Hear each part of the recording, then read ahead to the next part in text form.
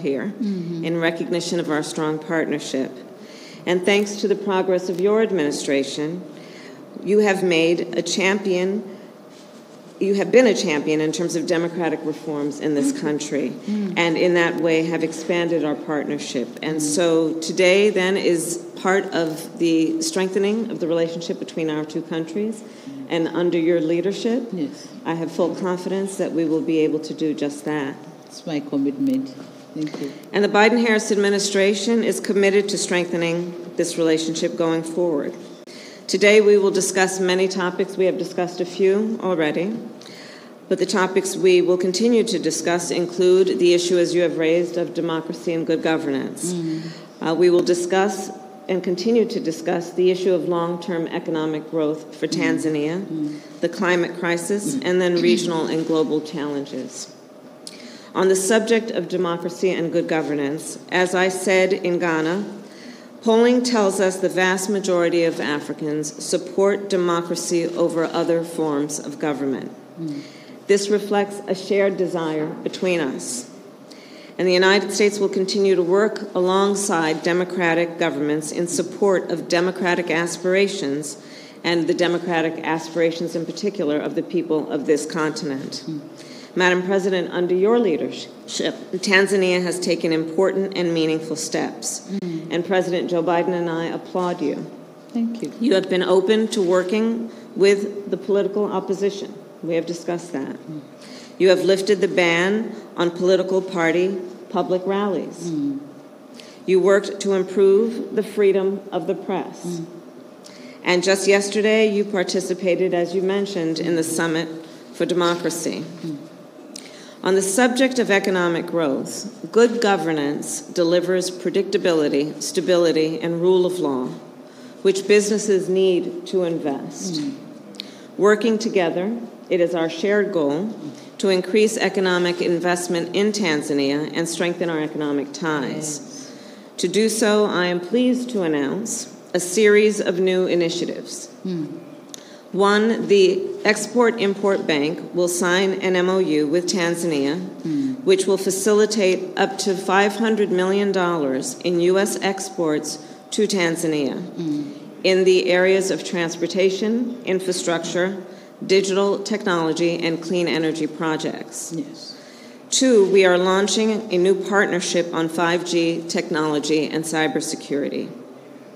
As I have been making clear on this trip to the continent, I believe that the innovation and ingenuity that is taking place here on the continent will shape the future of the world and will benefit the world.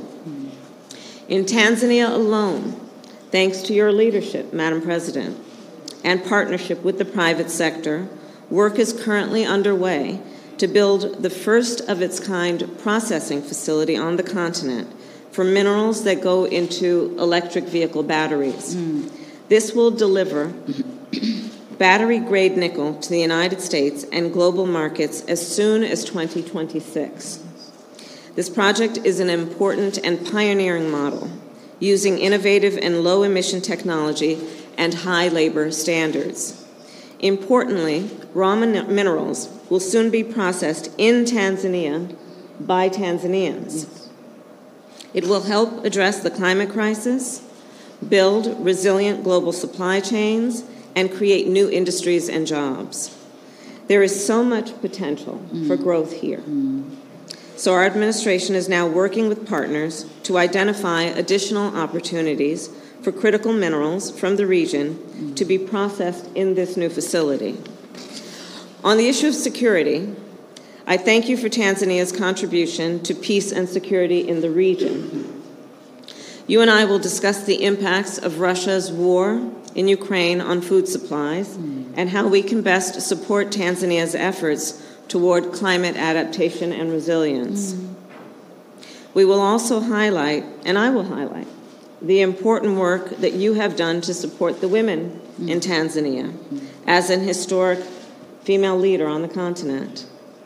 As I have said many times, women around the world must be able to fully participate in economic, political, and social life. And they must be able to participate equally, including in leadership roles. When you lift up the economic status of women, you lift up the economic status of families, of communities, and all of society benefits. And yesterday I was proud to announce more than $1 billion in public and private sector commitments to support the empowerment of women on the continent. My last point is to commend the Tanzanian government for its transparent response to the Marburg virus. Your continued coordination and information sharing with international partners has been critical to contain the spread of the virus. Our governments remain in close contact, and our work together builds on decades of collaboration on public health issues. Through USAID, we plan to provide another $1.3 million to support your response efforts, and we are providing personal protective equipment to help Tanzanian responders. On all of these issues, Madam President, our administration looks forward to working with you and to continuing to strengthen the relationship between the United States and Tanzania. And I thank you for the warm welcome again. Thank you very much. Thank you. Thank you. Thank you.